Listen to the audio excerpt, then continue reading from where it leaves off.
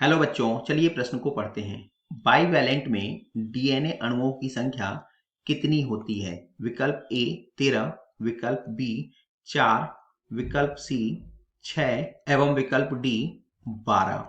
इस प्रश्न की मुख्य अवधारणा बाइवैलेंट में डीएनए अणुओं की संख्या से संबंधित है। डीएनए के कितने अणु होते हैं?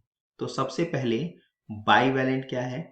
बाइवैलेंट गुणसूत्रों की एक विशेष अवस्था है जो अर्धसूत्री विभाजन के दौरान देखने को मिलती है। सामान्यतया एक गुणसूत्र कोशिका विभाजन से पूर्व एक डीएनए से बना होता है। एक गुणसूत्र का मतलब एक डीएनए। ये कब होगा? ये कोशिका विभाजन से पूर्व।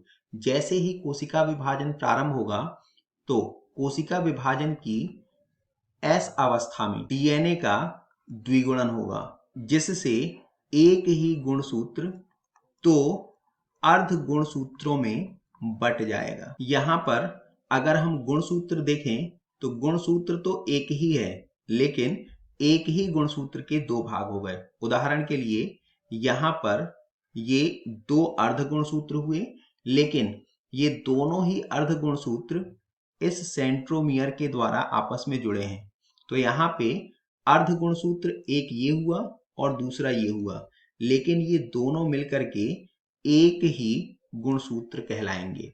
और यहाँ पर अगर हम डीएनए की संख्या देखें तो इस एस अवस्था के दौरान डीएनए की संख्या जो है दुगनी हो जाती है।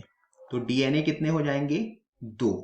अब बाइवैलेंट अवस्था को अगर देखें हम तो बाइवैलेंट अवस्था में दो गुणसूत्र अपनी अर्ध गुणसूत्रीय अवस्था में होते हैं। यहाँ पर एक गुणसूत्र ये हो गया जो माता या पिता किसी एक से प्राप्त है, और दूसरा गुणसूत्र ये है और इसके दोनों अर्ध गुणसूत्र।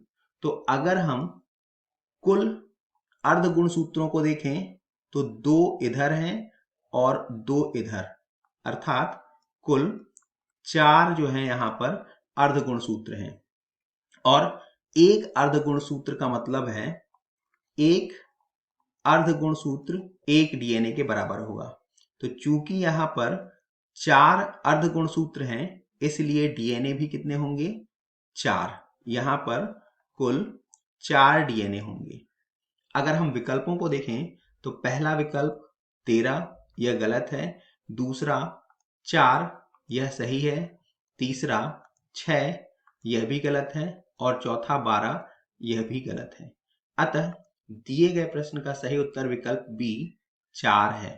आशा करते हैं आपको समझ आया होगा। धन्यवाद।